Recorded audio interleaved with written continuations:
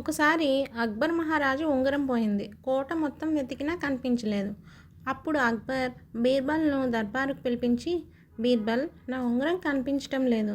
సేవకులు కోటంతా వెతికారు, అయినా దొరకలేదు. ఎవరో దొంగిలించారని నా అనుమానం. దొంగిలించిన వాళ్ళు మన సభలో ఎవరో అయి ఉండాలి. ఎవరో కనిపెట్టగలవా అని అడిగాడు. బీర్బల్ ఒక నిమిషం ఆలోచించాడు. ఇది చాలా సులువైన పని మహారాజా.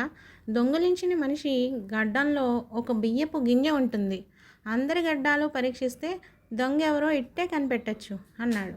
వెంటనే సభలో ఒక వ్యక్తి తన గడ్డం తుడుచుకున్నాడు. ఇది చూసిన బీర్బల్ వెంటనే దొంగని పట్టించాడు. అక్బర్ చాలా ఆశ్చర్యపోయాడు.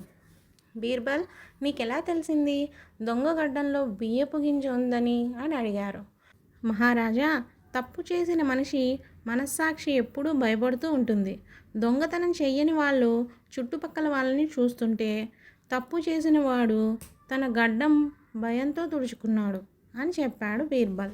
బీర్బల్ తెలివిని ఎంతగానో మెచ్చుకుని అక్బర్ బీర్బల్ని సత్కరించాడు. Thank you for watching the video.